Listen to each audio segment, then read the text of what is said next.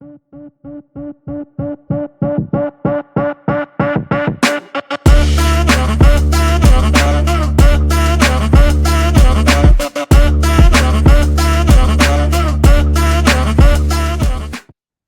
evening, everyone. We are in the week 10 problem solving session of the NPTEL course Network Analysis, and week 10 is about two-port networks. I am Teja, a fourth-year research scholar working under Dr. Santanu Kapat at Embedded Power Management Lab, IIT Kharagpur. So let me share my screen. Before we proceed further, there is someone who has asked one query. Let me clarify that. So this is the question. So they have asked what is the Thevenin voltage as well as Norton current. So once we calculate these two, we can easily calculate what is the Thevenin resistance because you know the relationship between these. So before we go into week 10, I'm just mentioning a heading, doubt from week 1, doubt from week 9.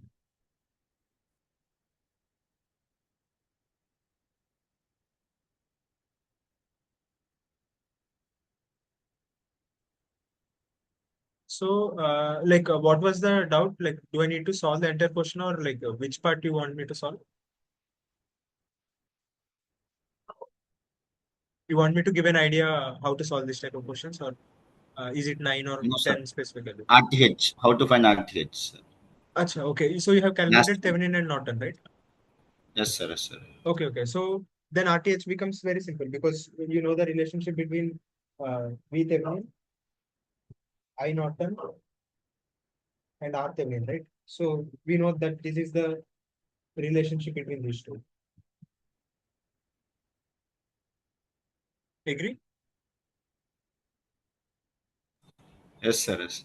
So now can you cross check once how much is the Thevenin voltage you got and Norton current, and just cross check whether Thevenin resistance is matching or not, so that if it matches then we can proceed. Actually, we got Norton's voltage, Norton's current as 0 volts, 0 amperes, and Thevenin's voltage as 0 amperes. Acha, so you got 0 In this 0. Okay, case, okay. yeah. Yes, in this case, I got it. we have doubts how to Okay. calculate RTH. Okay, got it. So in that case, what you have to do is basically, so that's a very good point that you have mentioned. So basically, R Thevenin is what?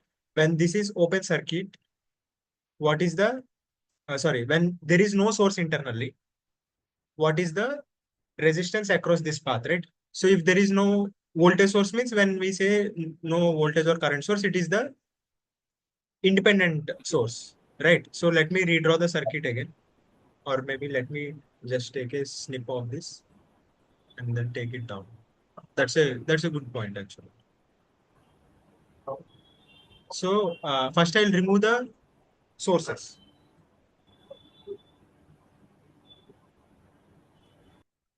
When I say sources, we have to remove the independent one only. We cannot remove the dependent one. So this will get shorted. And here we have a voltage source. And then here we have a resistance. And then here we have another voltage source. So this becomes 3 ohm. And this is I1. This is V1 by 6. And this is 6 ohm. And this is V1. And this is 3I1. So basically, now this is the reduced circuit. And then they are asking, when we are seeing from this side, like say this is our I, what is the RTH that you will get? So this is the question. So now if you see in the case of dependent sources, we cannot directly calculate the impedance. So in that case, what we will do is, we'll connect a voltage source. Say some V test voltage, I'm calling it VT test. And then I'll see what is IT. So I'll try to solve this circuit to get an equation in terms of VT and IT. Then I'll calculate what is my VT by IT. And what will be my VT by IT? It is nothing but RTH, right? Because that is the impedance seen. So whenever we are talking about an impedance seen from a port, what I have to do is I have to connect a voltage source and I have to calculate the current. So now what happens? Let me use a different color. So this entire box, if I am replacing it by a resistor with the value RTH, then it becomes something like this, right? So this is our RTH and this is our test voltage. So basically, what I'm doing is I'm calculating the voltage. Also, I'm calculating the current so that I can replace it with a single resistance, which is my RTH and which is what we are supposed to find. Because we cannot find the open circuit resistance because there are voltage sources and current sources. How are we going to convert that into a resistance? We cannot do that because we don't know how to do that. So that's why instead of directly calculating the resistance, what we'll do is we'll connect a voltage source and see the effective current the entire circuit is drawing. Now we'll consider that entire circuit as a resistance and then calculate that resistance by the ratio of voltage and current. So now this is the equivalent circuit with the entire circuit in the orange box replaced by RTH. Is that clear, the concept?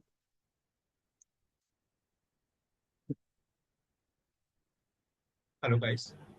Yes, sir. Yes. Others also, Chandrasekhar and Parvati. Sir, Yes. sir, we will do this type of concept when dependent sources are there or only when VTH or ITH is zero. Uh, yes. So yeah, exactly. Nice point. So when VTH and ITH are zero, then you cannot calculate RTH because yes, this is a very good point. So in this case, say what is happening. So say RTH is some non-zero value and I Norton is zero. So in this case, what happens? V Thevenin will also be zero, right? Because V Thevenin is not zero because R Thevenin is zero. V Thevenin is zero because Norton current is zero. But R Thevenin can be some finite value and both Thevenin and Norton can be zero. So this is case one that you have mentioned. And case two is, say when you have dependent sources, then you cannot directly calculate the resistive equivalent and then you can use this. So when there are dependent sources, there are again two ways of doing. One way is to find VTH as well as I Norton and then calculate the ratio when the dependent sources are there. Or you can directly do this method and calculate the Thevenin resistance. You will get the same value. So in the last week assignment, we have solved one problem where they have asked for Thevenin resistance and we have taken the ratio of this. Maybe you can go back and try to do it with this method and see whether you are getting the same answer or not, and you should get the same answer.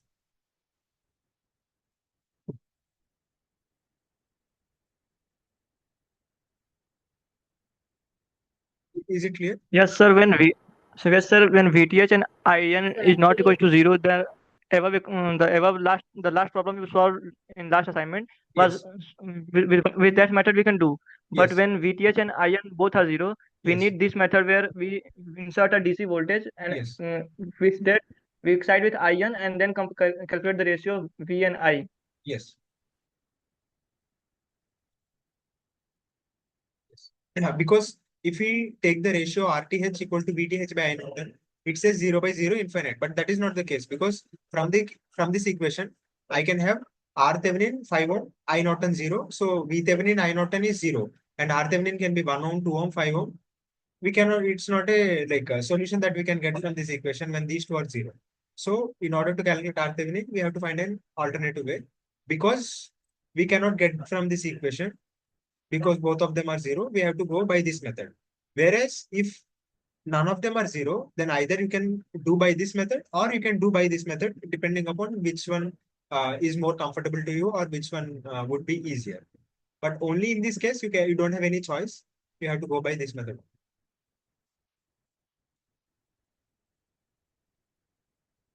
Okay. Okay, any other queries from last week? Else we'll proceed to this week.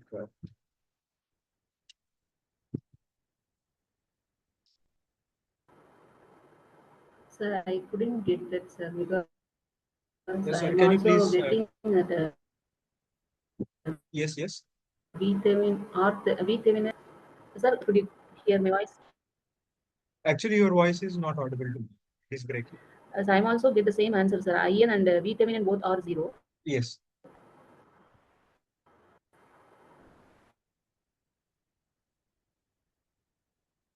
Hello.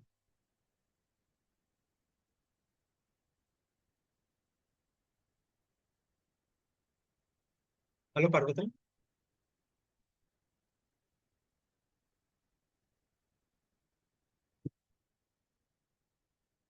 I'm not clear. Okay, can you please explain which part is not clear?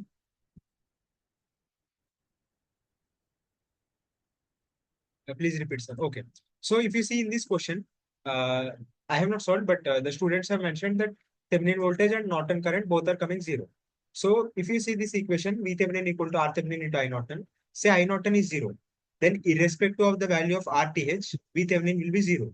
And when both are 0, you cannot calculate R Thevenin because from this equation you cannot solve because 0 by 0 gives infinite, but that doesn't have to be the case. RThevenin can be some finite value, 1, 2, 3, and all will satisfy this equation. So we cannot solve this from this equation. Instead, what we will do is, first we have to short the voltage sources and open circuit the current sources, which are the independent sources.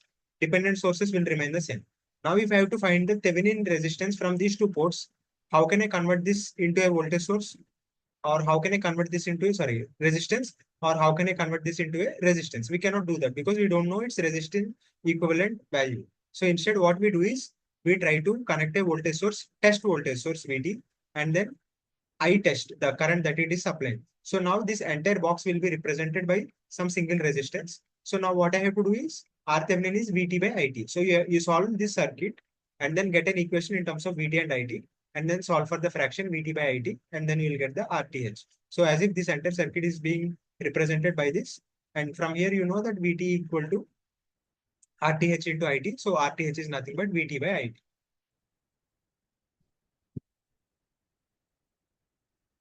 Does that make sense?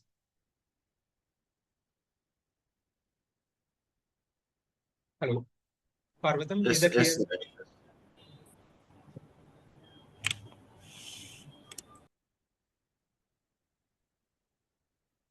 Parvatam, are you there? You are not properly audible. Can you mention in the chat if it's clear or if you have any? Sir, actually, there is a bandwidth network issue, sir. I think. From my side. I don't know, sir, exactly some from your end or from my end, but there is a lag. Okay, okay. Yes. Can others confirm if there is any issue from my side? So that maybe I'll try to change the Wi-Fi to some other one. Am I properly audible for everyone? Gyanendra, are you able to hear me? Is it my issue Yes, or sir, like? you are audible. Okay, properly, right? Yes, sir. Okay. Okay, so now let us go to the week 10 content, which is the two-port network. So I'll not go in details of the I'll not go in details of all the like parameters and their relationship, but I'll just give some brief introduction about them so that you will know which is what. So now we are in the two-port networks.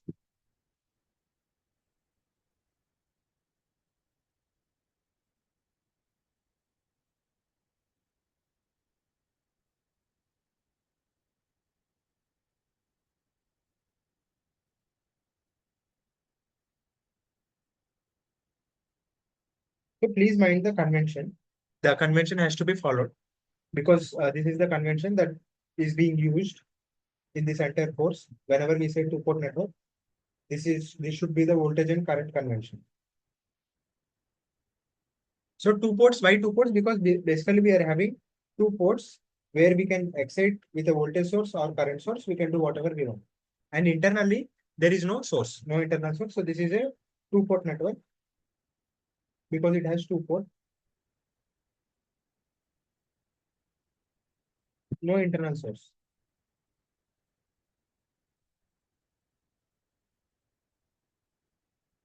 So this voltage is called V1 and the current direction is entering the two-port network from both sides, and voltage polarity is plus on the top, minus on the bottom, same on the left side also.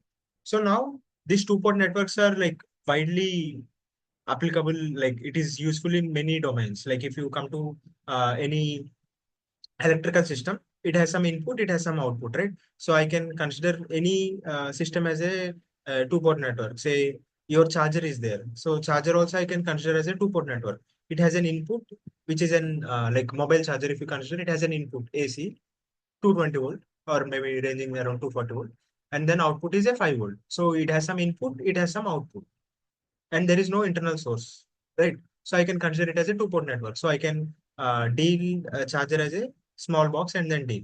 And like any amplifiers you have, say some speaker, if you consider speaker, its input, it is coming from your say mobile phone or some mic, someone is talking. So its input is something and its output is something. So it has some input port, it has some output port. I can connect represent it as a two-port network. Similarly, if you study MOSFETs as well as some BJTs, which are the transistors, that also can be represented as a two-port network because it has some input, it has some output. Maybe it is amplified or maybe it is attenuated depending upon what they're targeting for. It can be considered as a two-port network. So now basically here what we'll do, not in this course, but I'm giving some general knowledge. So what this two-port network will do is we are more interested on the input output characteristics. Say we don't know what is inside, but from this IV characteristics of the input and output, can we tell anything about this network without having without knowing anything? Say this is a black box. I have something here that I can excite. I have something here that I can excite. So by changing V1 and V2, I'll calculate or measure I1 and I2. And can I estimate or get some approximation or some any idea about this two-port network? Say it's an amplifier. Input side, I'm giving some sine wave. Output side, I'm getting some other sine wave, maybe magnified or phase shifted. So from this, both the waveforms, I can say that this is the gain. So this amplifier has this much gain, right? But I'm not aware of anything that is inside the block, but only just by considering or measuring the input output voltages and currents, I'm getting some idea. So this is widely applicable or like widely useful in many domains where you can consider some system as a box, two-port network and no internal source. And then from the input and output voltage currents, you can study about the system or get an idea of the system. But that is just beyond the course, but I'm giving you, so you will know why we are studying two-port network. So most of the time when we study, we'll study things, but we'll not know why we are studying. When I have studied two-port network, I also used to wonder like, why am I studying two-port network? Like why it needs to be studied? Like say you are learning about some dependent sources. Why am I learning about dependent sources or anything open? Why am I learning about open? Because it will be used in some of the applications where you need to have that knowledge. So that's why we are learning. But it's also equally important to know where or in which application this concept is being used so that you will correlate when you work in that application. You will correlate. Yes, I have learned two-port network. So now I'm correlating the concept that I have learned before and the application that you are working. So that correlation is very much important and it will give a lot of insights and intuition about that circuit or system that you will be working on. Okay, so now in order to characterize this two-port network, so I have voltages as well as current. So now I can represent this two-port network in different ways. The first way being the like using parameters we'll do it. So the first one is the short circuit admittance parameters. Short circuit admittance parameters.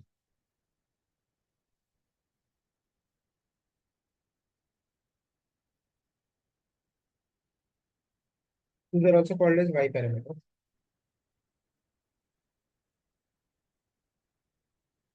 So here, like we are writing everything as A equal to some or Y equal to some AX, Y being the output, X being the input.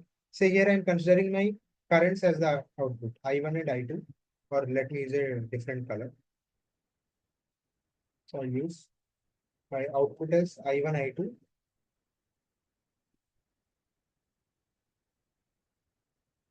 And Y parameter, so they're written as Y11, Y12, Y21, and Y22 into the inputs or voltage. So basically we are exciting the two-port network on the both sides with some currents, and then we are calculating the voltages. And then we are representing the input output relation by a matrix, and the matrix is given by this admittance parameters. What if I do it the other way? Then it is called open circuit impedance parameters.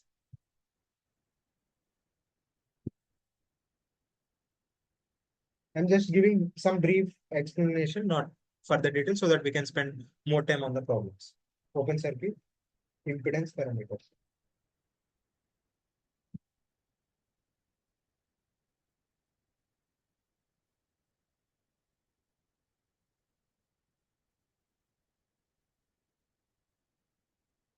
They are called Z parameters.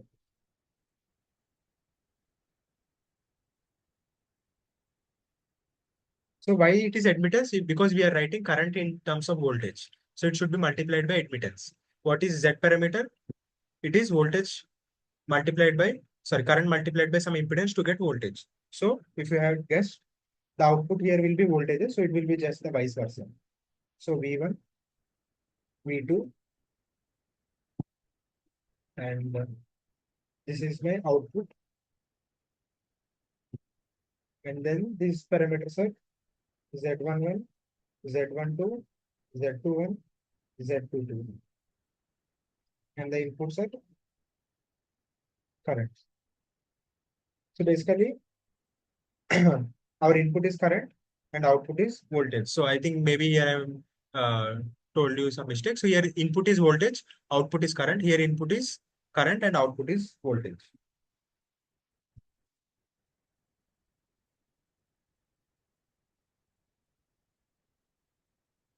Say if we are calling this a Y matrix and we are calling this a Z matrix, can anyone tell me what will be the relation between Y and Z matrix? Z is equal to 1 by Y. Yes. So Inverse yes. I can also write as Y equal to Z inverse. Z inverse. Yes. So we have Y equal to Y matrix equal to Z inverse. So if we calculate Z, then we need not calculate Y again. Instead, what we can do is we can invert the matrix and then get the Y parameters. So these are two parameters that are like used depending upon the application. Again, each application might need one of these parameters. So like when we are characterizing the impedance, and when the input is currents, then output is voltage, then we'll use Z parameters. If it is vice versa, then we'll use Y parameters. So before we go to hybrid parameters, any queries until this point?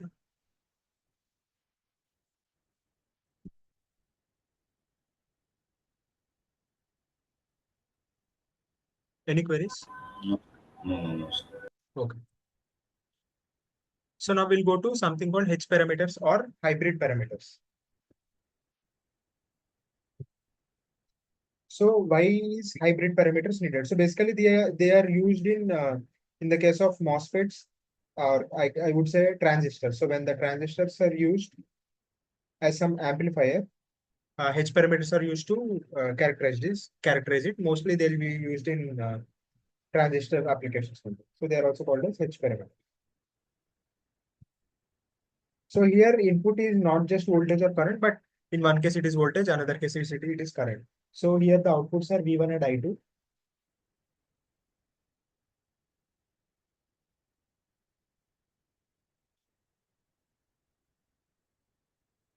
And the parameters are H11, H12, H21, and H22.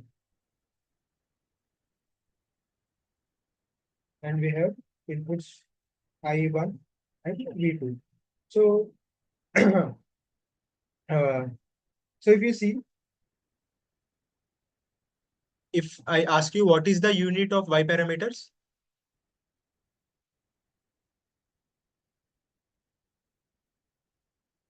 So mho. So Nandini says mho. It is ohm inverse. Yes, very good. In the case of impedance, what is the unit? Ohms. Ohms. Yes. But if you see hybrid parameters, it doesn't have a single unit. Like depending upon H11 or H12, it will change. So if I ask you what is the unit of H11, anyone? Ohms, sir. V1 by Ohms. I1. Yes, very good. And what is the unit of H12?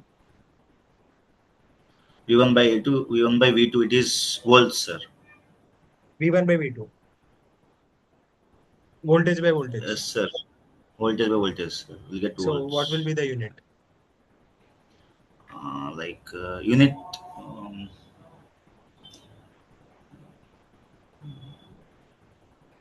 It is unitless. Like if I dimensionless, yes, Nandini and Jnanendra, because as if say I am multiplying by a voltage by some sensor, so it is just a gain, not it doesn't have any dimension, right? Because voltage by voltage will get cancelled, right?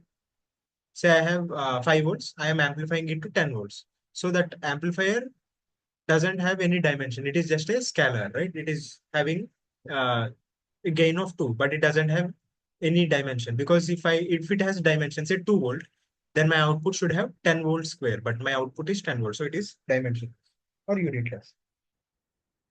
Is that clear? And then what about H21 and what about H22? Anyone?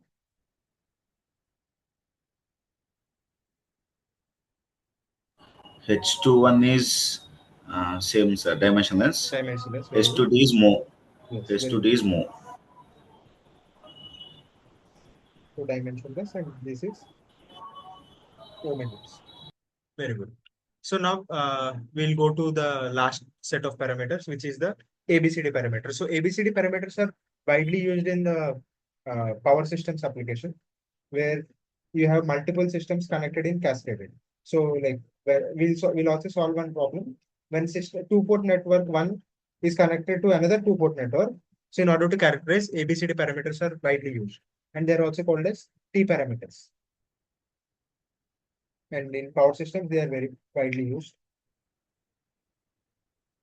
So it is just a input output correlation. So if you see here, it is just currents, voltages, currents. Here some mixture of voltage, mixture of current, but here it will be input versus output. So input, we have V1, I1, right? So we'll have V1, I1.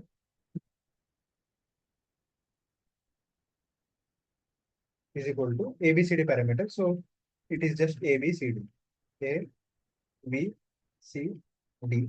And if you see the output side, it is not V2, I2, but it is V2 minus I2. So the I2 direction is in the other way.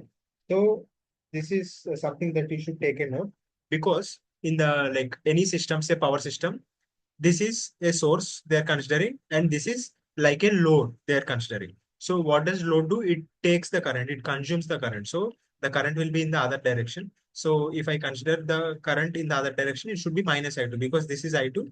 So if I consider the current that is entering the load, it will be minus I2. So that's why basically they are considering this as a load. So this is source and this is load. So that's why the negative sign. So here, what is the unit of ABCD? Anyone? A is dimensionless, sir. Yes. B. B is ohms. Ohms. Very good. C. C is also more, sir. And D is More. D. dimensionless. Yes. Very good. Okay. So till now, like we have just understood what are the different parameters and what are their correlation. And before we proceed to problem solving session, where we'll see how to solve for these parameters in a given circuit. If you have any queries, you can ask so that we can clarify the doubts before we go to problem solving session.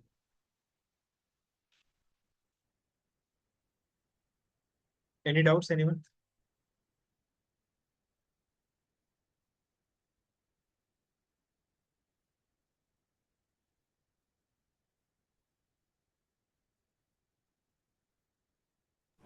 In some textbooks, Mo is also called as Siemens. You can use Siemens Yes, yes, also. yes. It is just different names, so it is also used different, but both are same. So we have, so yes, so depending upon like how they are using. So yeah, some people write ohms here and mo here. Some people write in the symbol omega and inverse of omega, but all are same.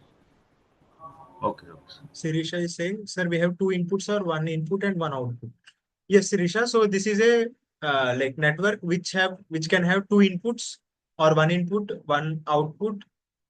Both cannot be outputs because there is no internal source. So any of them is possible. So both can have inputs, or one can be input and one can be output. So when one is input, the input can be this and the output is this, or the input can be this and the output can be this. So we have the full flexibility, but either both of them are inputs or one of them is input.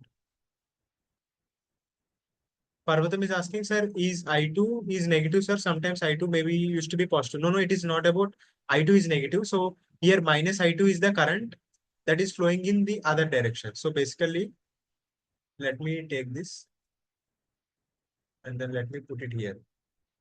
So if we consider the same convention, then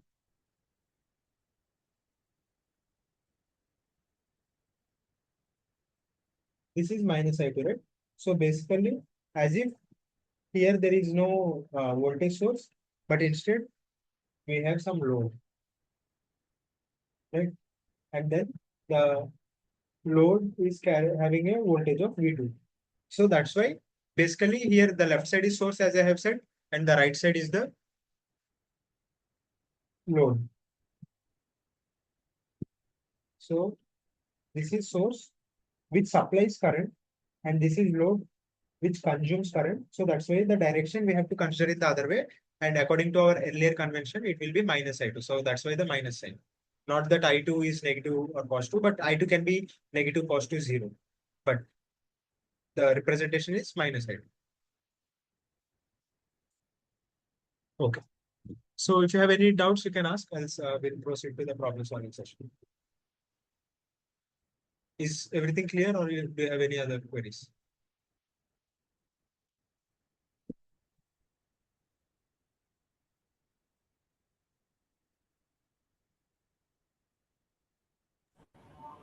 Okay, sir. Okay. Clear. Okay. So let us go to problem solving session.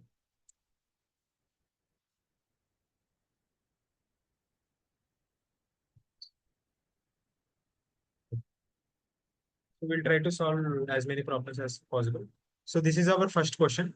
So they are asking what are the Z parameters as well as what are the Y parameters. And one more thing before we proceed further, there is one thing that I have forgotten to add. One is the reciprocal network and symmetric network. So I'm just giving the relation between the parameters for reciprocal network as well as symmetric network. So for reciprocal network, if y12 is equals to y21, or z12 is equals to z21, or h12 is equals to minus h21, or AD minus BC. So all these will not, or all these will be held good if it is reciprocal. Coming to symmetric network, if a network is symmetric, all this will hold good. But if you test any one of them and it follows this condition, then it is symmetric or reciprocal depending upon which condition we are targeting. So y11 equal to y22, and z11 is equals to z22, and then h11 h22 minus h21 h12 is equals to 1, or a equal to b. So say in some question they have asked to find y parameters or z or h and abcd parameters. One of them we have found, and then they ask whether it is reciprocal or not. So if they are asking reciprocal, then one of these four condition, or actually all four condition will be true, but you have to just check whether one of them is working, because if one of them is true, all others are true. Say you have calculated y parameters and they're asking whether it is reciprocal. Then you'll check y12 is equals to y21 or not. If it is not, then it is not reciprocal. Similarly, I'll check whether y11 is equals to y22 or not. If it is, then it is symmetric network, else it is not. Say I have calculated h parameters and they're asking whether it is symmetric or not. Then I'll check h11, h22 minus h21, h12 is 1 1. Depending upon that, we can say whether it is reciprocal or symmetric. So there is less than a minute. I think this meeting will end soon. Once it ends, we'll start another meeting and then we'll start solving the problems. So any doubts until this point?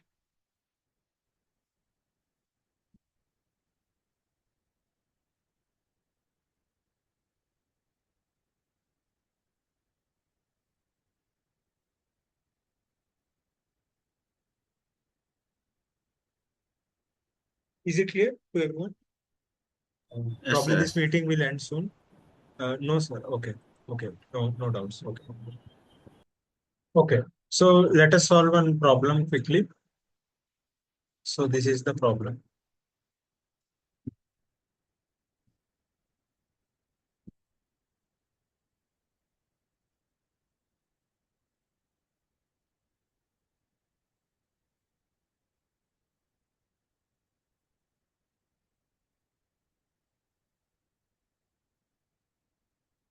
Or let me take it to the other page so that if we discuss any concept, we can discuss over there.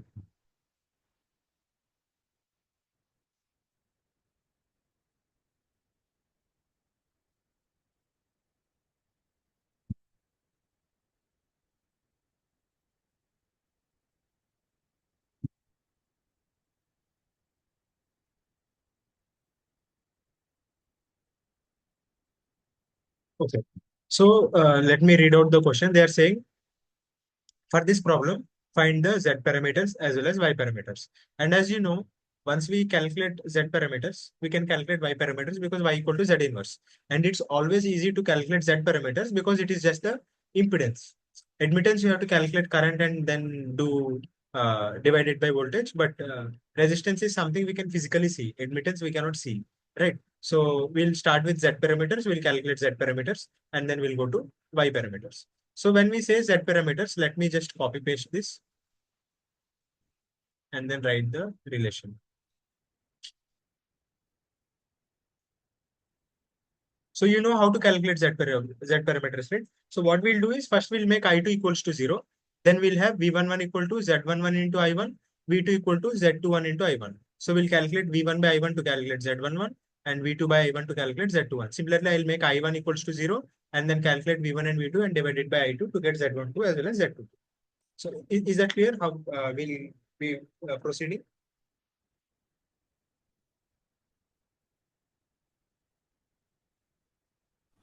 Yes, sir. Yes.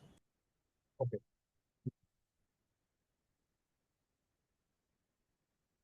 So now what we are going to do is in this network, if you see, this is star connected, right? 4 ohm, 4 ohm, 7 ohm. So if I make it delta connected, so I'll get something like this, right? So this is just a thought. So if I convert it into delta, I'll have something like this. Agree? This is our input and this is our output. Agree? And then there, of course, there is a 6 ohm. Agree? If I convert that star into delta. Yes, sir. Yes, the started delta conversion. So now what I'm going to do is I'll remove this because these two are parallel. I'll replace it with a single resistance. Similarly, these I'm going to, sorry, these I'm going to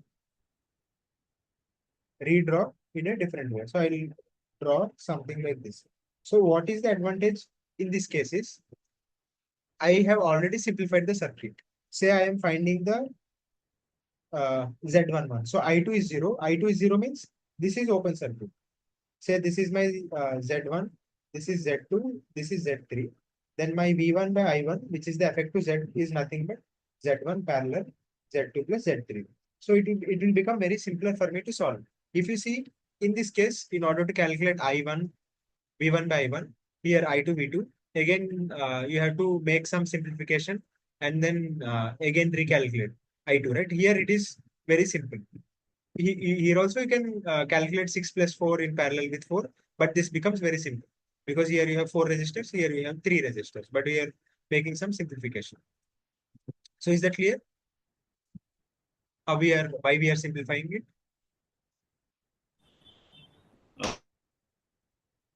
Okay, so all of you please convert this star connected into delta connected and then let me know the values.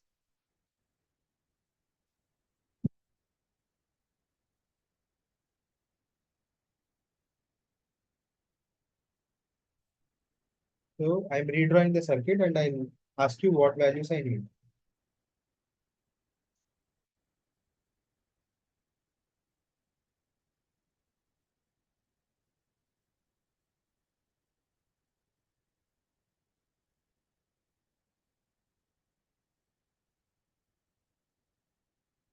So this is plus minus V1 I1 plus minus V2, I2. This is resistance. These three you have to calculate, and this is 6 ohm.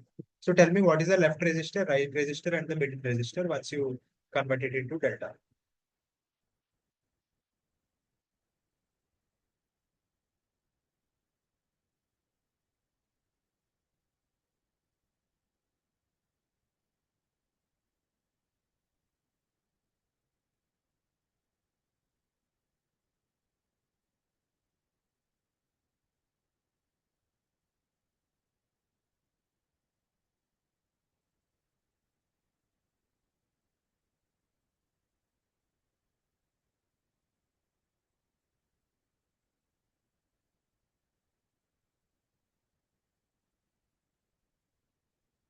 So 447, you have to convert it into delta and then let me know the values.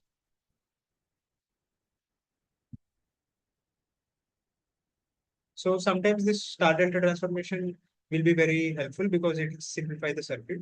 So that's why it is always recommended to have those expressions ready in your mind so that you can use it whenever it is necessary.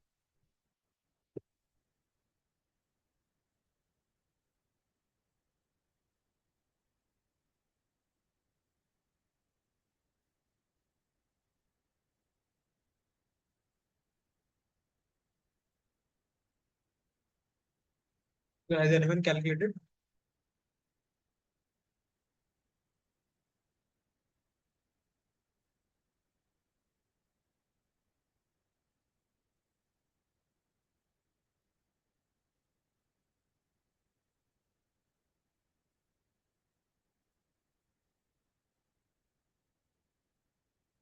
So someone said 18, 10.28. Yes, Parvatam, very good. So this will be 18. This will be 18. And this will be 10.28 ohm. I hope everyone is able to calculate these values. 10.28 parallel with 6. Yeah, very good. So I hope everyone is doing with me in parallel. So now find out the net impedance of 6 ohm and 10.28 in parallel. So what will be the, if I represent it with a single resistance?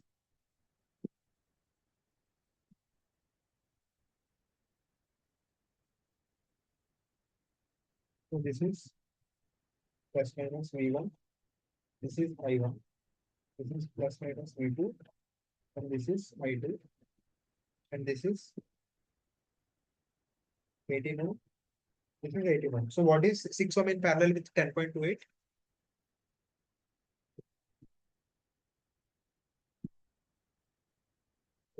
3.78. Nandini says 3.78. Yes. I think 3.87, right? Can you check? I was getting 3.87. Can anyone please confirm?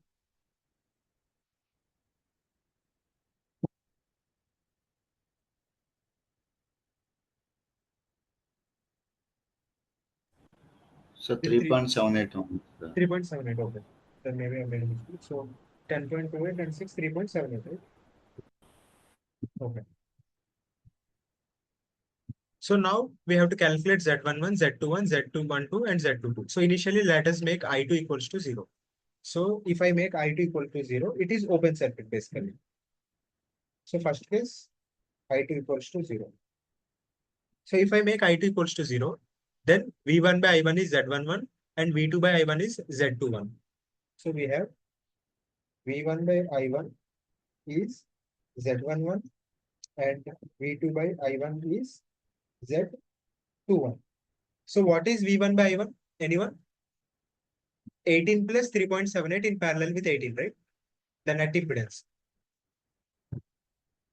Because these two will be in parallel. So these two in series in parallel with this one. So 18 ohm in parallel with 18 plus 3.78. Agree everyone?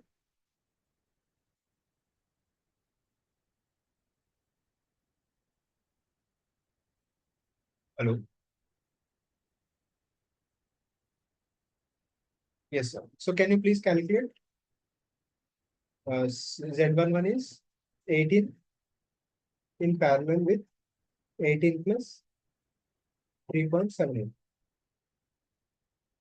Calculate and let me know the value.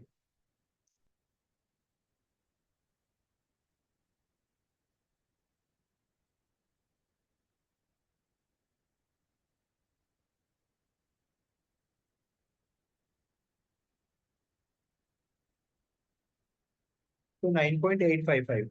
Okay. I hope everyone is getting. Please let me know if you are getting a different answer. We'll cross check. So is everyone able to get this answer? 9.855.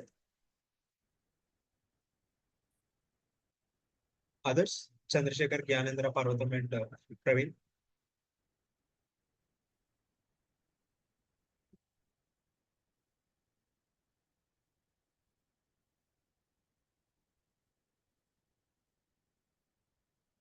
Yes, sir. Yes, sir. 9.85520.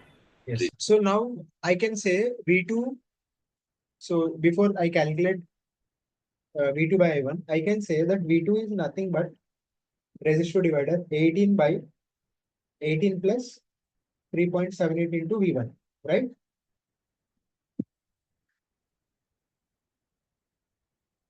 Right? Because V2 is just voltage across 18. So resistive divider, right? Everyone agree? Is this step clear Yes. for everyone? Okay. So now I'll replace V1. I'll write instead of V1, I will write 9.855 I1. So from this, can we calculate what is my V2 by I1?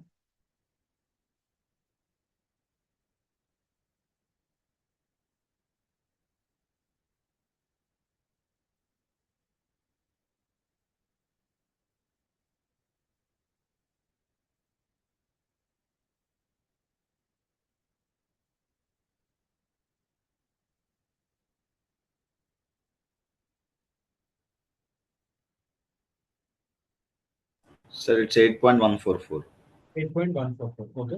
Can others confirm whether they are getting the same answer? Please stop if you have any query. I'm going at a moderate pace. So if you have any query, I'll stop and I'll explain it again. I hope this is clear for everyone, how we are getting Z11 and Z21.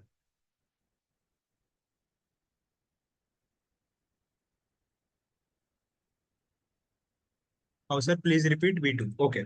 So if you see, V2 is the voltage across 18 and V1 is the voltage across 3.78 plus 18. So V2 is nothing but 18 by 18 plus 3.78 into V1. And V1 is nothing but 9.855 I1. So basically, this 9.85 I1 is nothing but V1. So V2 is just like a resistor divider voltage of V1, which is 18 by 18 plus 3.78 into V1. And V1 is what we have calculated, and it is coming to be around 9.855 I1. So I have written V2 as 18 by 18 plus 3.78 into 9.855 I1. So from there, I can calculate V2 by I1, which is by Z21. Is this clear?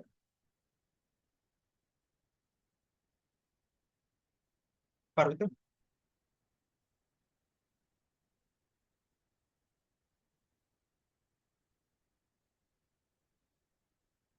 Okay. Any other doubts? Others? What about others?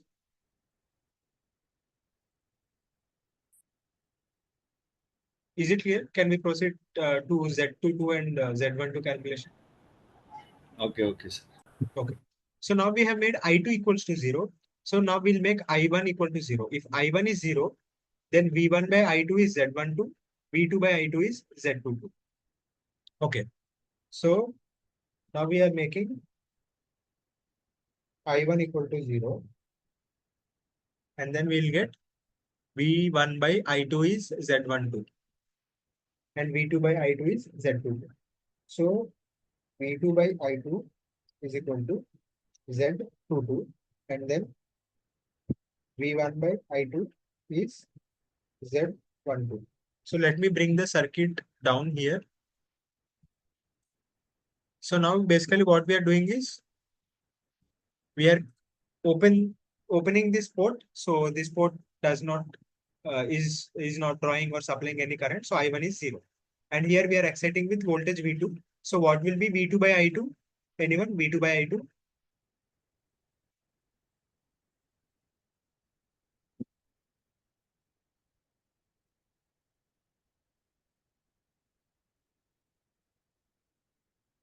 So this is in series, which is in parallel with 18. So it is 18 plus 3.78 parallel with 18. Agree, everyone? 18 plus 3.78 in parallel with 18. Everyone agree?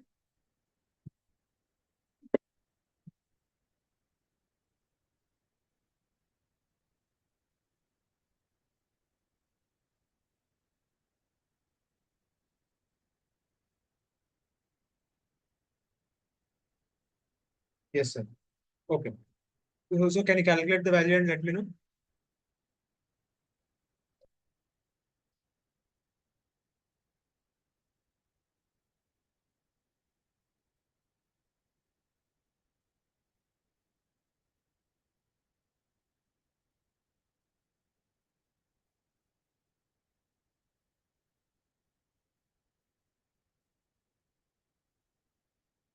Same 9.855. Yes, very good. It will be the same 9.855 ohm.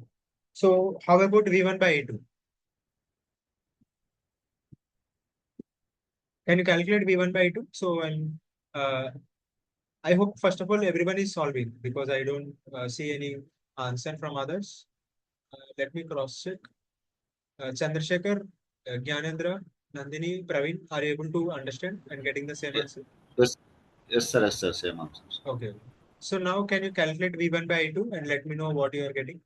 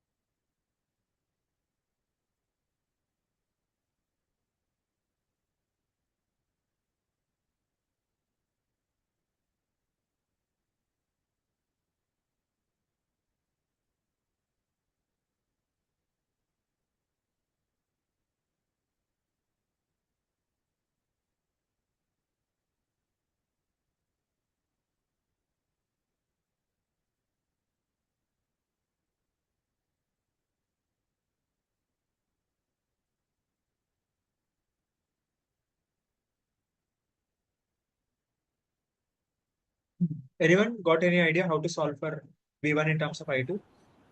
Sir, we can use the same voltage division rule, sir. Yes, yes. Very good. So we can use the V1 same is voltage equal rule. to V1 is equal to 18 into V2 Yes. by 18 plus 3.78, sir. We will get Okay. the same 8.14, sir. Same answer. Same answer. Yes. 8.144. Very good. So we'll get the same Yeah, answer. this is 8.144. reciprocal. Okay. So now let me write all the parameters together. So we have Z11, Z12, Z21, Z22,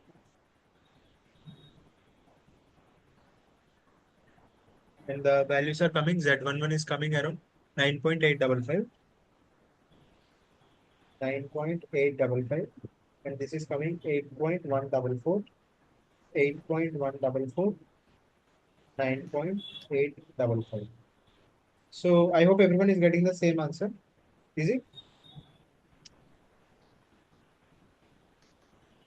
Everyone getting the same answer?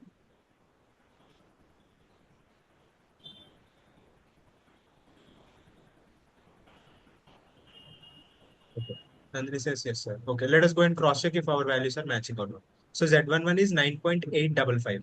So 9.855 within the range.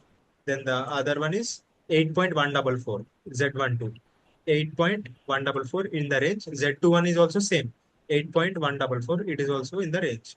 And Z22 is 9.855. So 9.855 in the range. So this completes the Z parameters. Now we have to calculate the Y parameters. So anyone, any idea how to solve for Y parameters? Should we again solve for the circuit and calculate I1 in terms of V1? Inverse matrix, sir. Yes, yes, very good. So we have a relationship between the Z parameters and Y parameters. We know that Y is nothing but Z inverse.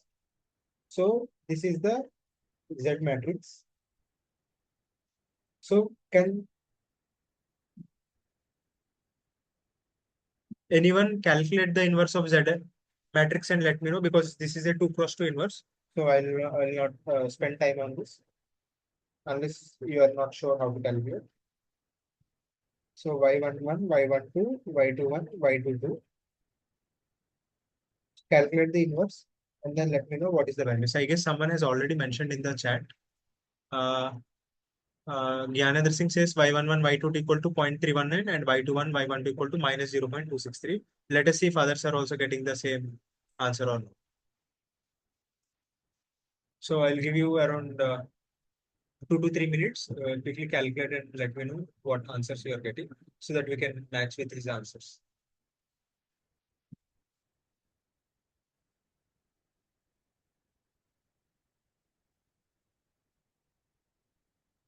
I think 0. So Parvatam is saying 0. How can it be 0? All 0. All matrices are 0. Or like all variables.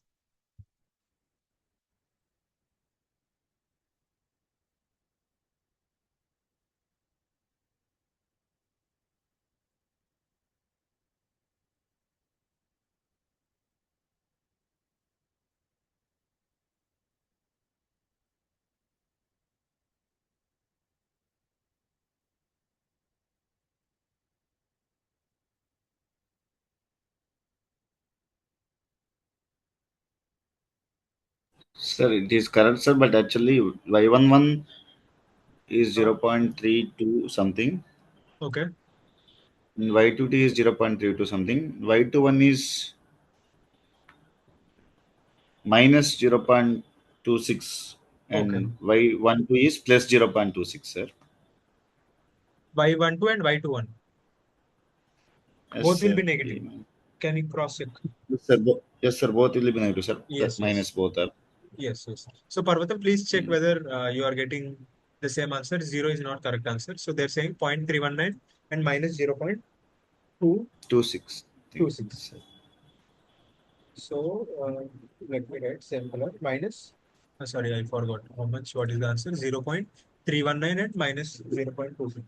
0.319, 0.319 minus 0.26. So if you are not sure, say whether your answer is correct or wrong. So I'll give you one trick.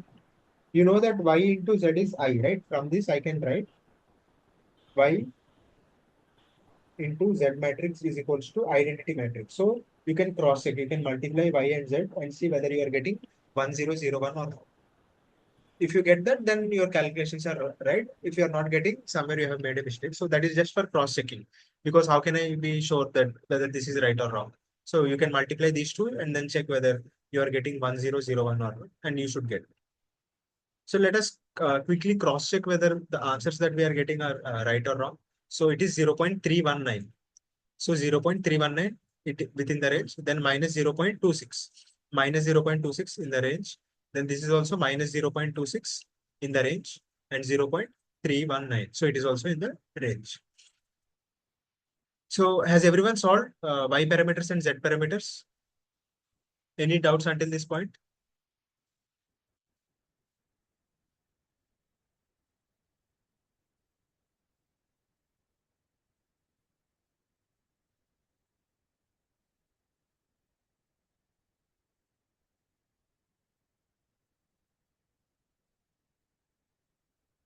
Can we do this problem by two-port parallel combination? Like what do you mean by two-port parallel combination? I didn't get it exactly.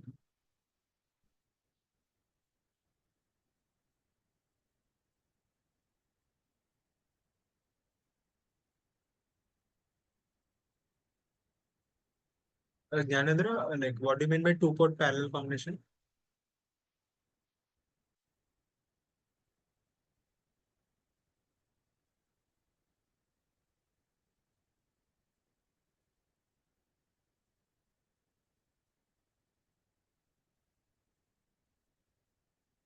So has everyone solved for this Y and Z? Parallel combination of two-port network. Not sure, like what do you mean by parallel combination? Can you elaborate it? I'm not getting what you're trying to ask.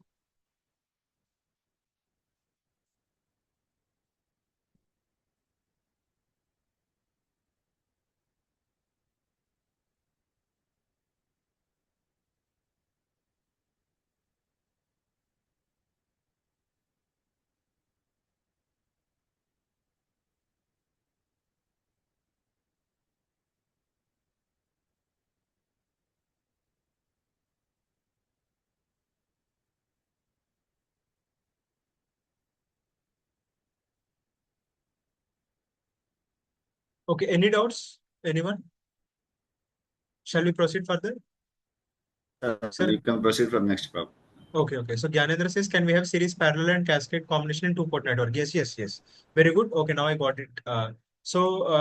We also have another problem, this problem where it is cascaded. So we'll solve this problem also. Yes. Now I got your question. So we'll solve. So one of the question in the assignment, yes, Parvatam, yeah, got it. So before we proceed further, so there is another two questions. Is this port network reciprocal? Is this two-port network symmetric? So let us proceed with either Z parameters or Y parameters because any one of them will have to fit in this expression. So let me know whether Z12 equal to Z21 and Z11 equal to Z22. So let me know whether it is reciprocal or symmetric or both or none. So you have the Z parameters. So let me know. Nandini says reciprocal and symmetric. Others agree? Sir, both, sir. Both. Okay. Yeah, very good. So it is basically reciprocal as well as symmetric. So you can see that even by Y parameters or even by Z parameters, the expression will hold good. And then from either of the ways, it says it is reciprocal as well as symmetric. So if you don't have any queries, then we can proceed further and solve another question.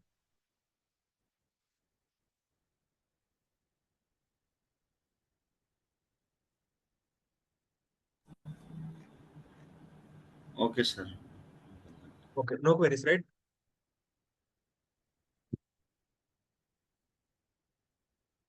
So we have solved one question on Y parameters as well as Z parameters. Now we are going to solve one on H parameters. So this will be our problem 2. But let me take the H parameters data so that we can directly correlate there. So this is our H parameter. So what I have to do is, first I have to make I1 equals to 0. Then I'll make V2 equals to 0. So we can start with I1 or say let us start with V2 equals to 0 because it is simple. So when we say V2 is equals to 0,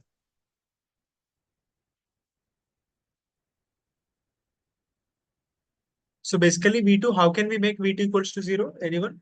How are we making V2 equal to 0?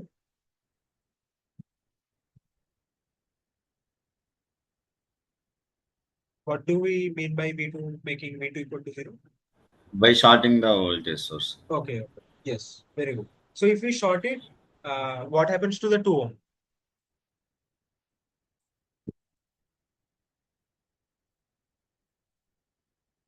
If we short V2, what happens to the 2 ohm?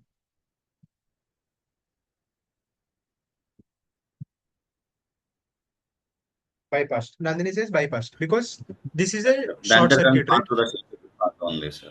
Yes, this is a short circuit and this is 2 ohm. There is a short circuit path in parallel with 2 ohm. So the current will take the short circuit path because it's the lowest impedance or lowest resistance path. So basically we can remove 2 ohm because no current will flow through 2 ohm. So now let me redraw the circuit. So this is the dependent voltage source again. Sorry, dependent current source, but it is dependent on a voltage. So uh, let me redraw the circuit. So here we have 4 ohms. Here we have a current source.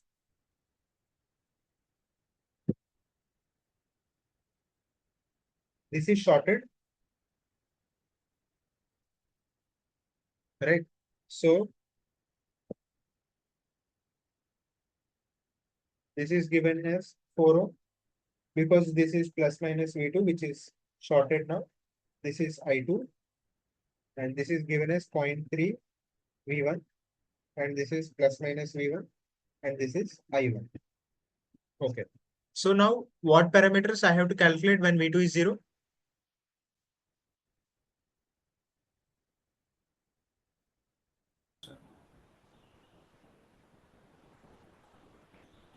H11, H12. H11 and H21, right? H12, H12 is V1 equal to what? H12 into V2, yes, sir. right? Yes, H11 sir. as Yes, well as sir. H21, right? H1, Because H1, V2 yes, is sir. 0. So H11, what is the value of H11? V1 by I1, sir. So And H21? I2 by I1, sir. Yes, very good. V2 by V1, V2 by I1 as well as I2 by I1. So let me write H11 is V1 by I1 and H21 is I2 by I1. Everyone agree? Is it clear until this point, or do you have any queries?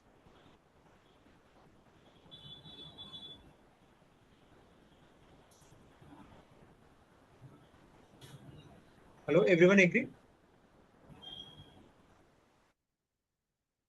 Yes, sir. Yes, sir. Yes. So now let us solve for H11 first. So H11 is V1 by I1. So anyone, any idea how we can solve for V1 and I1?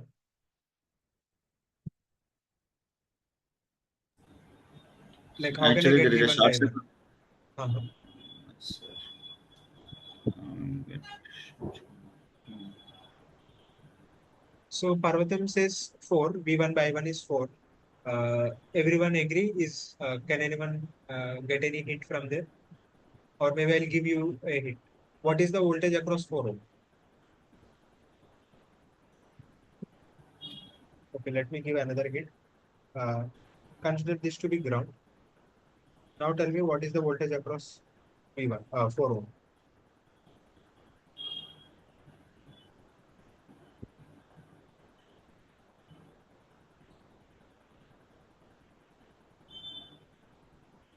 Anyone? What is the voltage across 4 ohm? V1 itself, sir. V1 itself, right? And the current is I1. So what is V1 by I1? 4, sir. 4. 4 Very good. ohms. So H11 is 4 ohm and the unit is ohm. Now, what is the value of I2?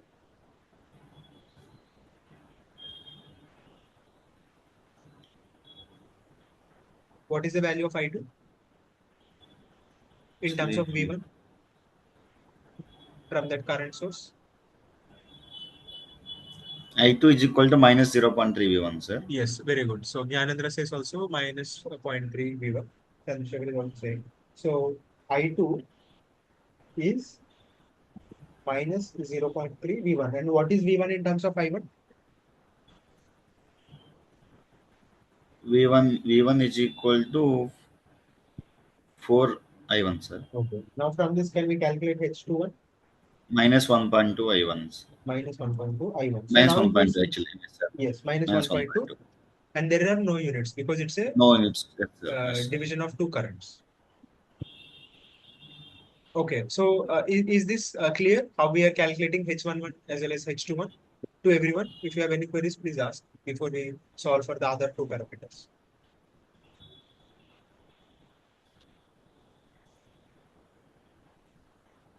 Clear or any queries?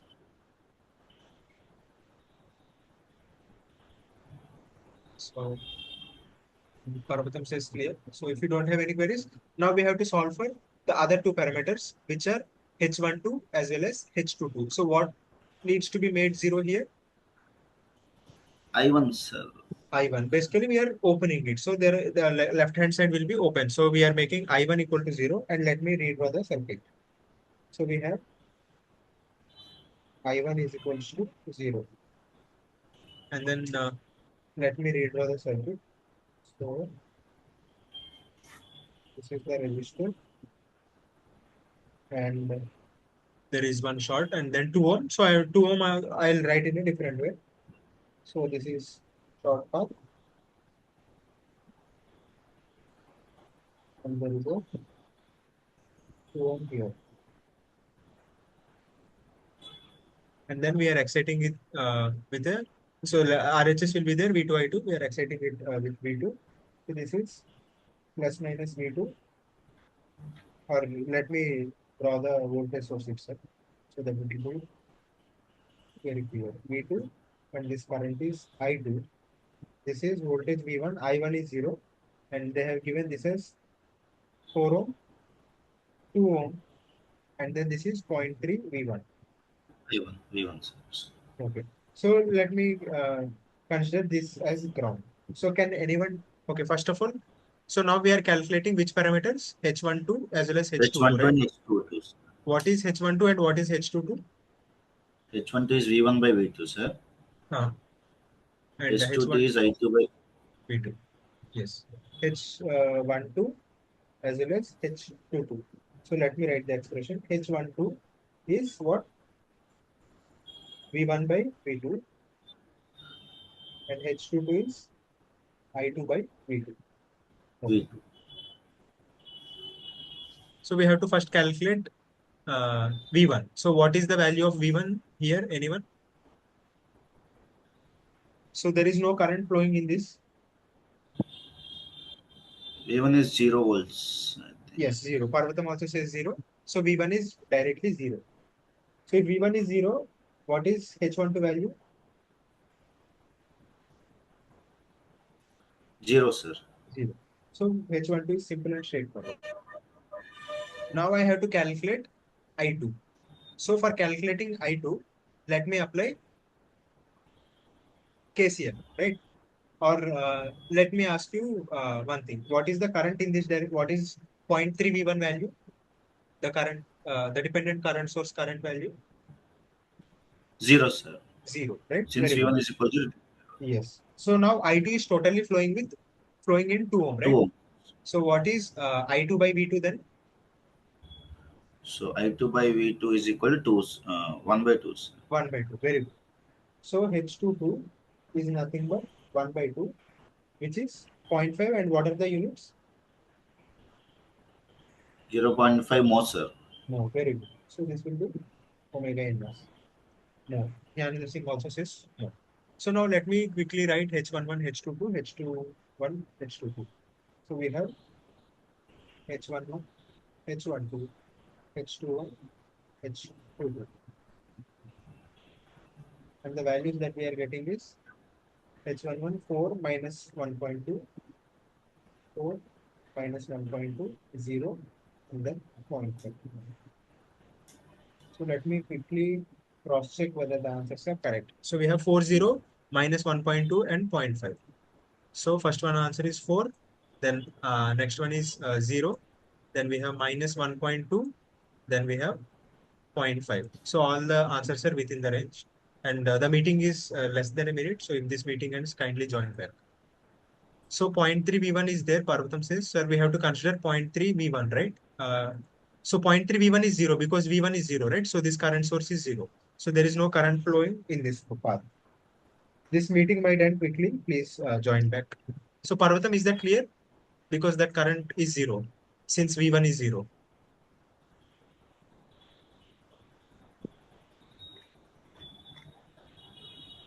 Yes, sir, clear. Okay. So any questions until this problem? Sir, can you have some logic to verify the answers? So someone was asking if there is any logic to verify the answer. Here, unfortunately, no, because previous question they were asking y as well as z parameter. So we have both. So we could verify it. But here we cannot verify as such. So in this problem, unfortunately, you cannot do it. Okay, sir. Okay, thank you. So let us solve that cascaded problem now. So if we read the question, they are saying two-port networks are connected in cascaded as shown over here. Voltage source is connected to port 1 and they have given V1 I1, V2 I2. And then they're asking, if you see I2 direction here, it is opposite. So basically, they are considering this as load. So for this, okay, let me take it there.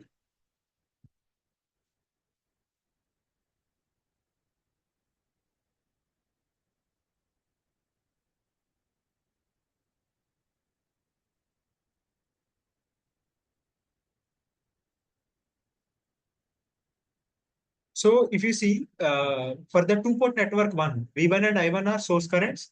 V2, it should be minus I2, but here I2 are the load currents. And for the two-port network two, V2 and I2 are the source currents, and V3 and I3 are load currents. So what I'm going to do is first time, and which parameters are used here? Anyone? Any idea?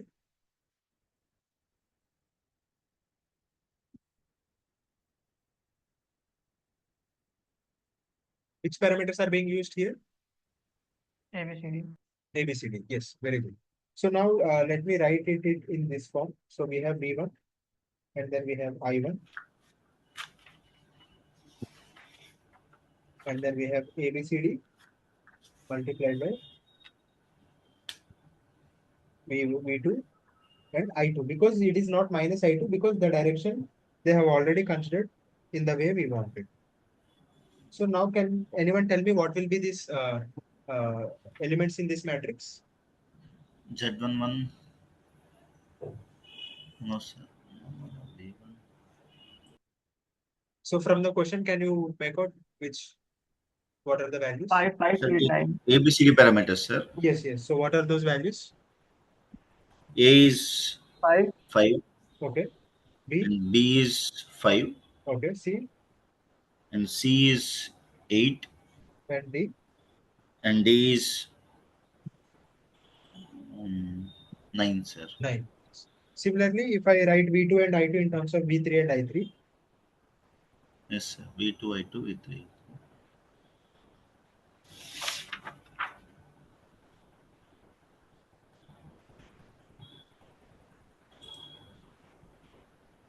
V3. So can you tell the values here? Kindly zoom it. Acha, you are not able to see? Yeah, let me do one thing.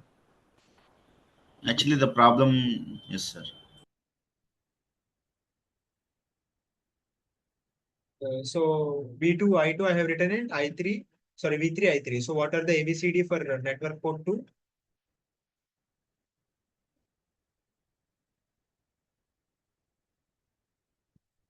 Like I want in this format. So can you tell me what are the parameters here?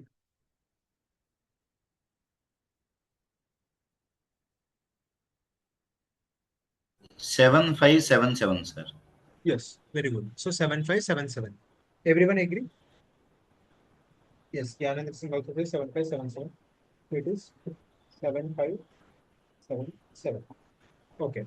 And now let us go to the question. We have not read the question yet. So they are saying estimate the Thevenin voltage seen from port 3 and then estimate the Thevenin resistance seen from port 3. Okay. And then estimate the Norton current seen from port 3. Yes, these are the three questions they are asking. So they are basically asking this port is the Thevenin, like the load port. So we need Thevenin resistance, Norton current, as well as Thevenin voltage. So any Sir, clue your or any voice idea? is a bit low, sir.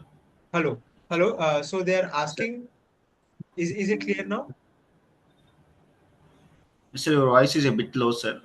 Okay, is it for everyone?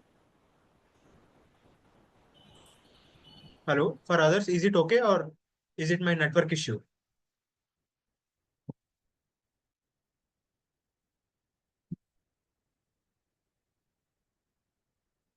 Audible. Achha, I am able to hear you. Okay, okay. I think Chandrasekhar, please try to uh, join back and see if it is okay. So Okay, sir. they're asking Thevenin voltage at port 3, Norton current at port 3, as well as Thevenin impedance at port 3. So anyone, any idea or how we can proceed? Any clue? And they have given input voltage V1, they have given 60 volt.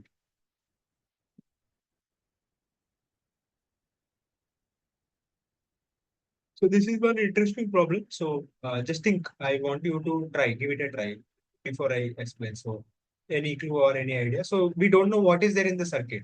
Based on the input output voltages, we are getting some information about Thevenin voltage, Norton current, as well as Thevenin impedance.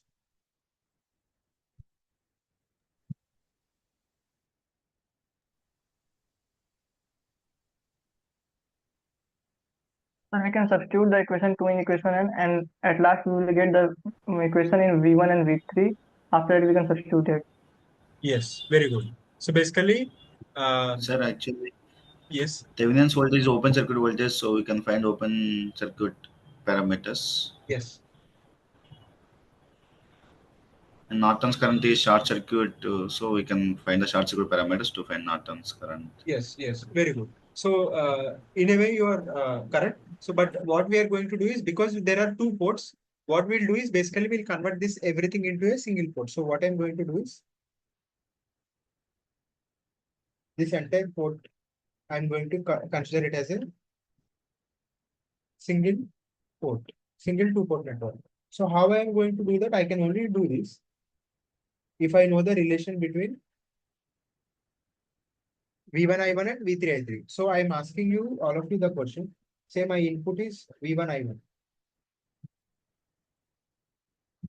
and I don't know these parameters, and I have V3 I3 here. So can I get the parameters in this case? Provided I have these two equations, equation 1, equation 2. So can I get relation between V1 I1 as well as V3 I3?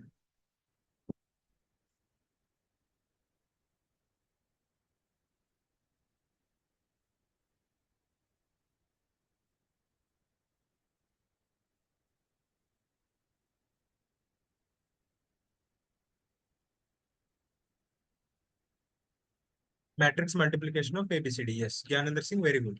So basically what you have to substitute is substitute equation 2 in equation 1. Then you will get matrix A1 multiplied by matrix A2. So if I inverse, Parvatam, not inverse, it will be multiplication of this matrix multiplied by this matrix, because V2 and I2, I am substituting it here. So I'll get 5589 into 7577. So if I call this matrix X, and if I call this Y, this matrix is nothing but XY. So can all of you please calculate these values and let me know what values you are getting.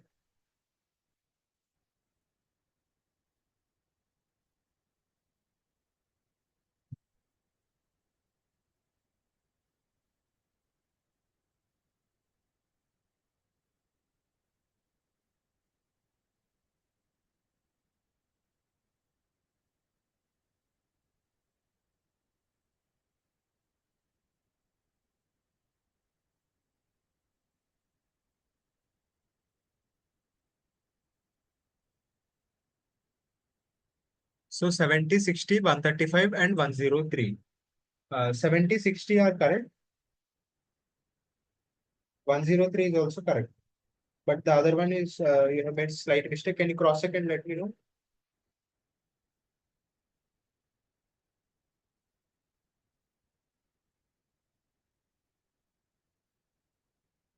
One one nine 103. Yes, very good. 119 and 103. So everyone getting the same. Sir, 119, 103. Yes, yes. So let me cross check with everyone. Yes, sir. Everyone is getting. So now let us calculate first Thevenin voltage. So for Thevenin voltage, what happens on the output side? Any one of them will be zero.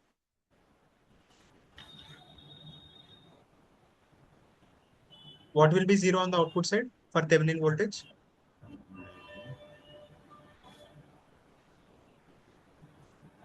V3. So Nandini is saying V3. Everyone agree? For Thevenin voltage, if for calculating the voltage here, which one will be zero? Nandini says I3. So for calculating Thevenin voltage at some port, what will be zero at that port?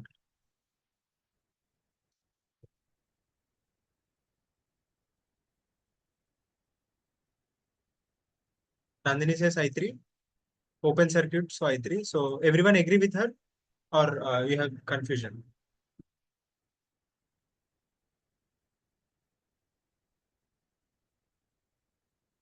V3 open circuit. Gyanendra says open circuit. So I3 will be 0, right?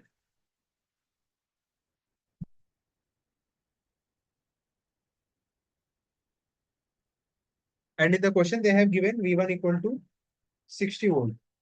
And we have to calculate VThevenin, which is V3. So from the above matrix equation, can we get any equation to solve for V3?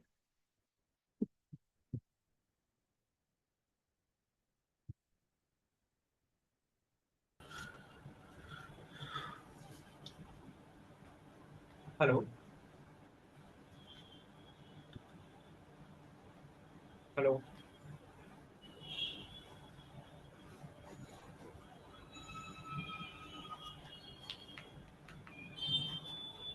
Hello?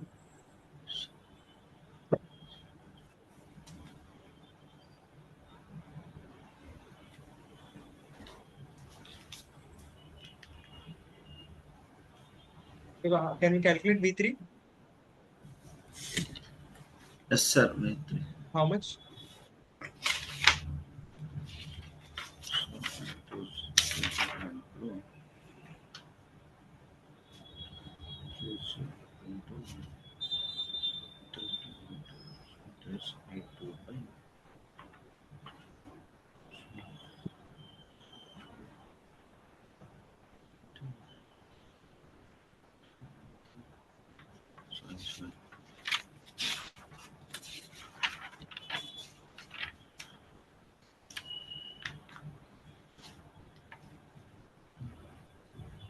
Anyone, any idea? Like how to Actually, by calculate using, V3? you can find V3, sir. How? It's actually, it's A is V1 by V3.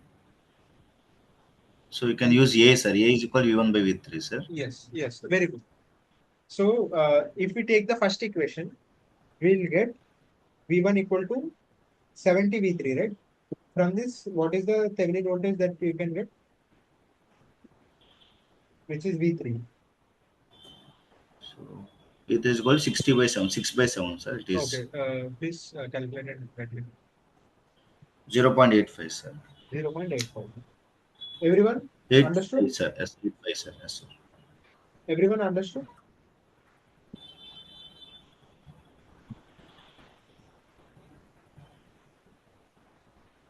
Hello. Any questions? How we are getting this?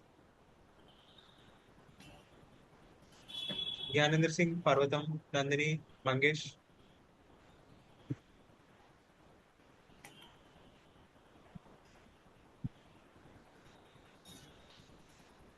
Yes, sir, got it. Gyanendra Singh got it. Now, for Norton's current, which voltage or current will be 0?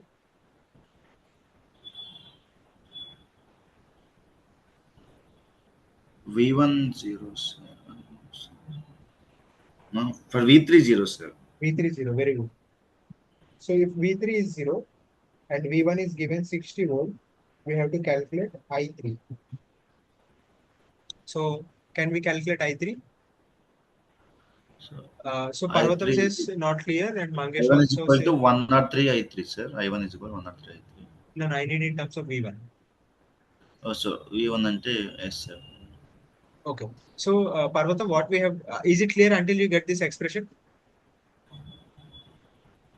How we got this? Is it clear? V1 and VTH. Okay. So V1 is given as 60 and then we have to calculate VThevenin at this, which means open circuit voltage. When it is open circuit, I3 is 0. So if you take the first expression, V1 equal to 70 V3 plus 60 I3 and I3 is 0. So V1 is 70 into V3 and V1 is 60. So V3 is nothing but VTH, which is 0.85. Now for Norton's current, V1 is 60, V3 is 0 because we have to find the short circuit current. V3 is 0. Again, if you take the first expression, we'll have V1 equal to 70 V3 plus 60 I3. V3 is 0, so V1 equal to 60 I3. And V1 is 60. So what is the value of I3? 1, sir. 1 ampere. V1 equal to 60 I3. Yes, very good. So This is basically I Norton is 1 ampere. 1 ampere. So now can someone calculate and tell me what is RTH RTH? is V by IN, sir. So 0.85 ohms, sir. 0.85 ohms. Very good.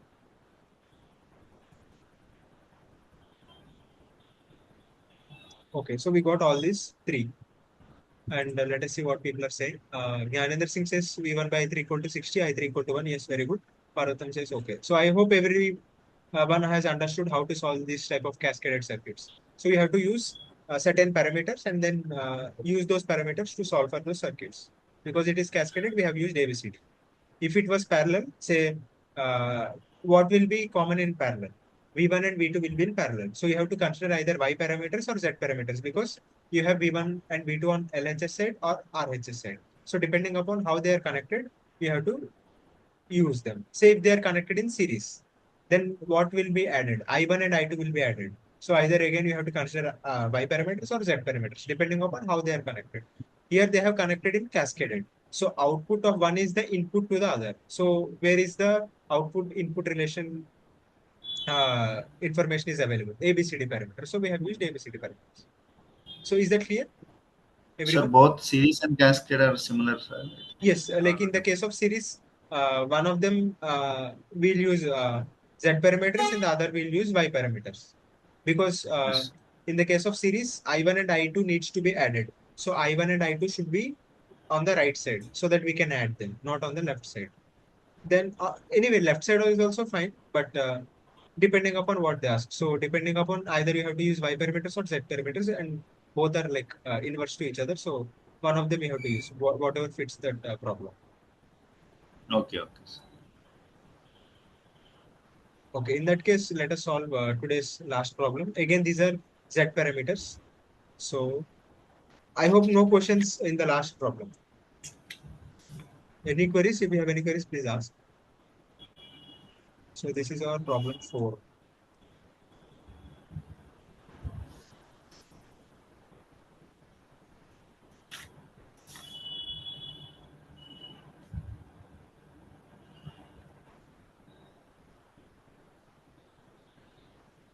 RTH, please explain. So Parvatam, we have VThevenin, we have I Norton. We know RThevenin is nothing but VThevenin by I Norton, which is what we have used at the beginning of the class. This VTH equal to RThevenin into I Norton. I Norton is 1, so VThevenin is equal to RThevenin. And VThevenin we have obtained as 0.85, so RThevenin is also 0.85. Is that clear? Okay. So now here we have to solve for the Z parameters. So let us go back and see what is the Z parameter relation. And then we'll use that and solve. So first we'll make I2 equal to 0, which means it is open circuit, right? And then if I2 is 0, which parameters we'll get? Z11 Okay. and Z21. What is the value of Z11, Z Z11? V1 by I1, sir. And what is the value of Z21? V2 by I1, sir. V2 by I1. Very good. So let me redraw the circuit and then let us solve. So the question has a 5 ohm here, and then it has 2 a 2 ohms, ohm, 2 ohms. Independent voltage source. and then a 2 ohm, and then 4 V1. 2 ohm. So I2 is 0, it is open circuit. So this is plus minus V1, I1, 4 ohm, 2 ohm, 2 ohm, 4 V1. Sir, it's 5 ohms, sir, I think. Oh, sorry, 5 ohm, 2 ohm. Thank you. So this is 5 ohm, 2 ohm, 2 ohm, and this is plus minus V2. So first of all, there is no current flowing in this branch, right? I2 is 0. Yes, sir. So V1 is what? equal to 7 I1, sir. Yes, sir. V1, So we'll get Z11 is equal to 7. yes, V1 equal to 7 I1. So Z11 is what? 7, sir. 7 ohms. 7 ohms. Very good. So everyone agree?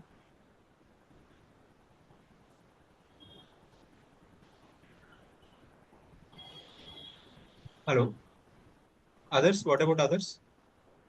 Yes. Okay. So now I'll ask you, what is this voltage? Say this is some Vx. What is Vx? Vx is equal to 2 into V1 by 7, sir. So 2 by 7. V1. Okay. So I think it is not V2 by I2. It is V2 by Yes, I1. sir. Actually, it is V2 by I1, sir. Oh, sorry. So V2 by I1. So because we need in terms of I1, let us calculate in terms of I1 only. Vx, what is the value of Vx in I1 in terms of I1?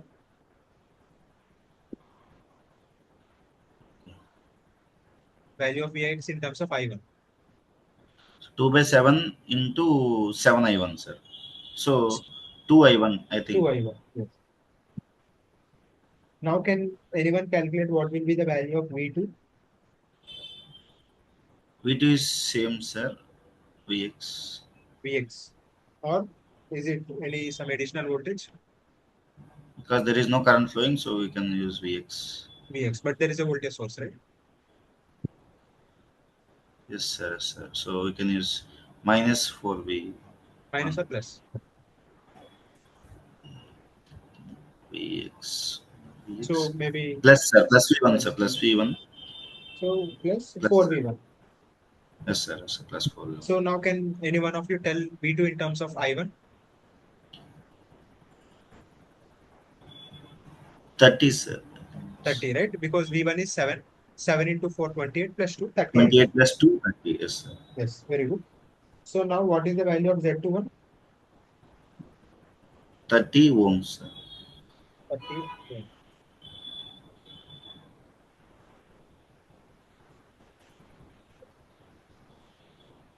Is this clear, this part? How we are calculating Z11 as well as Z21?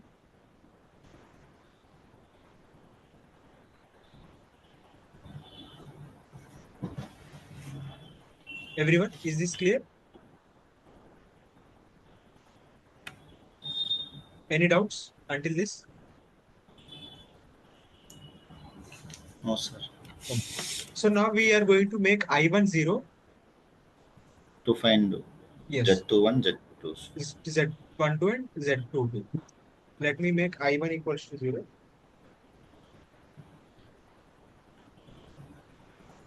And once I1 is equals to 0, I know that V2 by I2 is Z22 and V1 by I2 is Z12. So Z12 is V1 by I2 and Z22 is V2 by I2. Right. So let me redraw the circuit again and then let us solve for these two parameters. So we have 5 ohm here and then we have 2 ohm here and then we have another 2 ohm here. There is a voltage source minus plus and here we are connecting the source.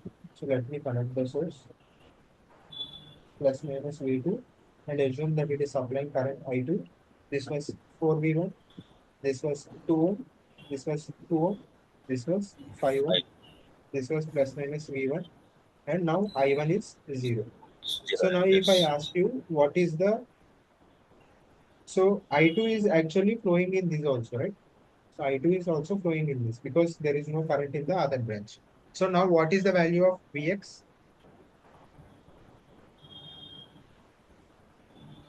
V2 by 4, sir. Vx value. Actually, Vx is 2 into V2 by No, in 4, terms of sir. I2, I need in terms of I2. V2. Okay, sir. Vx in 2 terms of I2. I2. 2 I2, Two sir. I2. And what is V1? 0, sir. Sorry, V1, V1. V1. V1 is Vx, sir. V1 is equal to Vx, which is 2I2, right? 2 I2. So from this equation, can I get any parameter? Z12 is 2, sir. Very good. Z12 is 2 V1 by ohms. I2.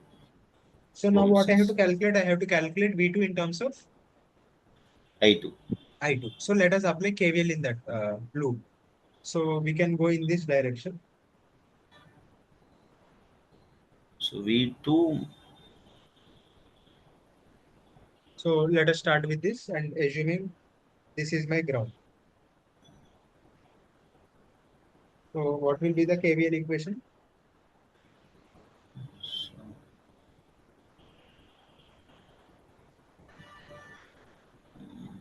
this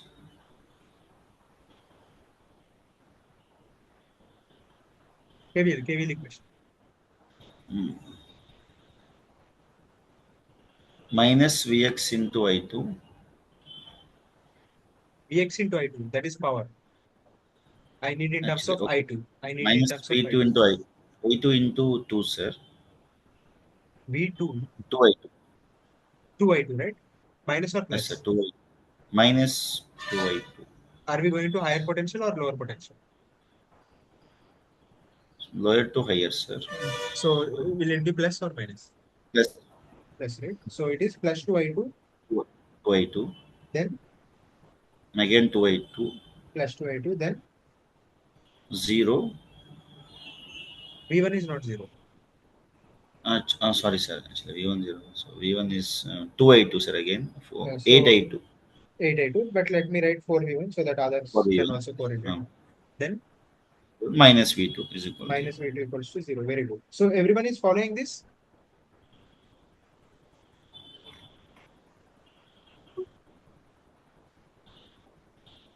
Gyanendra Singh, do you have query? You mentioned why. So from this, please ask me if you have any queries. I'm just simplifying in this in the meantime. So V2 is nothing but 8 I2 plus 4V1 and V1 is 2 I2. So what is the overall value? Sorry, this is 4 I2. I'm sorry. This is 2 I2 plus 2 I2, 4 I2. 8 plus 4, 12 I2, sir. So 12 I2. that2 is 12, sir. Z2, 12. Okay. So it is 12 I2. And then what is from this? What is Z2 to? 12 ohms. 12 ohms. Very good. So Parvatam is asking, how do we calculate Vx in the first case? So in this case, first case Vx, the current I1 is totally flowing through 2 ohm because it is not getting divided nor any current is getting added because the other branch current is 0. So 2 ohm carries current I1. So the voltage across it is 2 into I1. Similarly, here there is no current I flowing through 5 ohm. So I2 will totally flow through 2. So here Vx is 2 I2. Here it is 2 I1. Here it is 2 I2. Is that clear?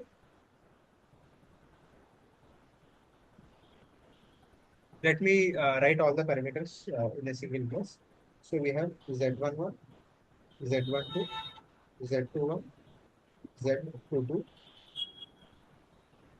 and we got Z11 and Z11 7, 7, sir. 7 and 30. So this is 7, this is 30, this is 2, 2, 12. this is 12. Okay. So let us check. First one is 7 in the range, next is 2 in the range, next is 30 in the range, last one is 12 in the range.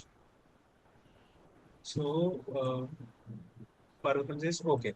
So now let me ask you one question. Let us go for Z parameters. If it has to be reciprocal, Z12 equal to Z21, Z11 equal to Z22. So is this reciprocal or symmetric or what?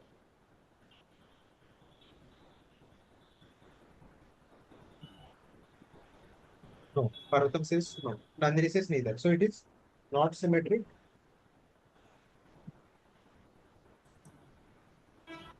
Also, it is not reciprocal.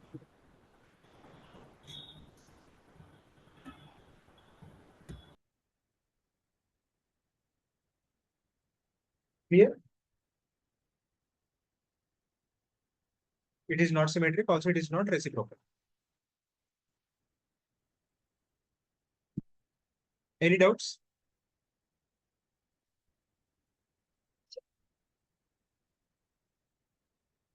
If no, then I'll quickly summarize what we have discussed today. So today's week is about two-port networks. In the beginning, we have discussed about a doubt from week 9. Then we have quickly dived into week 10, where we have discussed about the convention of a two-port network, followed by what are the different parameters. First, we started with the short circuit admittance parameters or Y parameters, followed by open circuit impedance parameters or Z parameters, then hybrid parameters or H parameters, followed by ABCD parameters or T parameters. Then we have seen what is the condition of these parameters and the relationship between them if a network is reciprocal, also if a network is symmetric. Then we have solved one problem where they have given one network and we have used star data transformation to convert it and simplify it.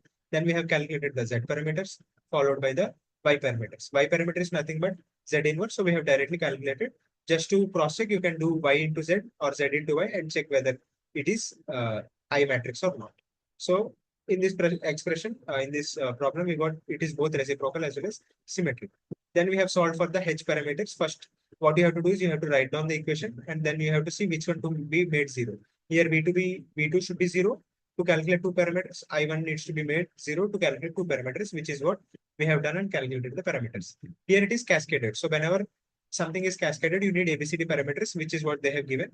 Then we have combined these two-port network and then made it into a single two-port network whose inputs are V1 I1 and V3 I3. So we got this matrix. Then for calculating Thevenin, I3 should be 0. So substitute I3 0 and V1 is given 60. Solve for V3. In the case of Norton, V3 will be 0. V1 is given 60. I3 will be calculated. Once you get Thevenin voltage, Norton current, you can calculate Thevenin resistance. Okay. Even in this case, say both are 0. Then how to calculate? You have to calculate V3 by minus I3, something like that, right? So I'll give a voltage source here and then I have to calculate the V3 by I3. So V1 is given. So you will get one equation, V1 equal to 70 into V3 plus 60 into I3. So V1 is given 60. What you have to do is you have to calculate V3 by I3, which will give this net impedance. Sorry, we have to make V1 short. So V1 will be 0. So 0 equal to 70 into V3 plus 60 into I3. So then you can calculate V3 by I3. How we have done in the very first question. Because if one of them is 0, then you cannot take it. So what you have to do is you have to short circuit the voltage source and connect one voltage and calculate the current. Same thing. We have to short the voltage source, which is the V3. Sorry, which is the V3, which is the V1. So short this and then put one voltage source and calculate V3 by minus I3. After this, we have solved another circuit which has Z parameter. So we got this expression. And then first we have made I2 to be 0 and calculated these two. And then we made I1 to be 0 and calculated these two. So that's all we have done in today's class. We have solved quite a number of problems. Also, we have revised the theory. And this week is also simple. If you do not make any mistakes, it is simple and straightforward. Only you have to know the relation of these different parameters. So if you have any questions, you can ask, else we can wind this session.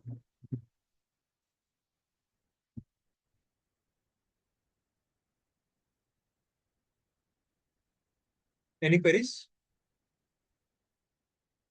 Everything clear? Yes, sir. Everything is clear, sir.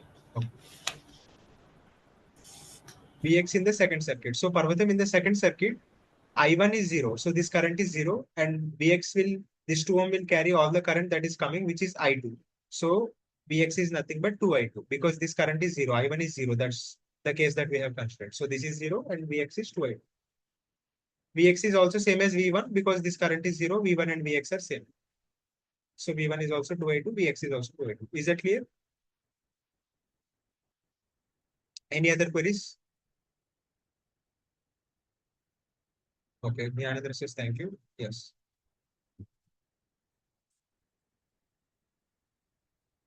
Okay. So if you don't have any queries, then we can end this session over here. I wish you all the best for your week 10 assignments. Please solve, don't make any mistake. Then you can score at least 90-95 marks easily. This week is also very easy. Try to solve problems and be comfortable with the calculations so that you can compensate for the marks you have lost in the earlier weeks. I wish you all the best. Please solve, and I am pretty sure you will be able to score at least 90-95% easily, all of you. Please practice and don't make any silly mistake. Sir, actually, We got an announcement today that we don't allow any scientific calci to the examination hall, Okay. and they're giving some online calculator in the system. So Okay. in that we don't have any some various tools like inverse matrix and all these things. We have to do it manually. Inverse matrix we have to do manually. So I Yes, recommend everyone to use those calculators and practice from now onwards so that it will be yes, sir. like So that it handy in will the be easy for exam. us. Yes. Okay, sir. Okay, sir. Thank you, sir. Okay, with that being said, if you don't have any queries, then I'll end this session over here, and I wish you all the best. See you again in the next week with the week 11 on next So Monday, 6 thank to you 8 very p.m. much for giving some valuable suggestions for doing the weekly assignments so that we will get good marks, sir. You also get a final certificate in a very good title. I, So thank you very yeah, much for your yeah, kind support and knowledge sharing. yeah. Thank you very much, Chandrasekhar. Those are some nice compliments I have received today. Yeah. So I'll be trying my best to improve your performance and make you understand the problems as well as the concept clear. And I wish you all the best. See you again in the next week. And yeah, good night, everyone. I'm ending this session. Good night, sir. Thank you. Good night. Thank you.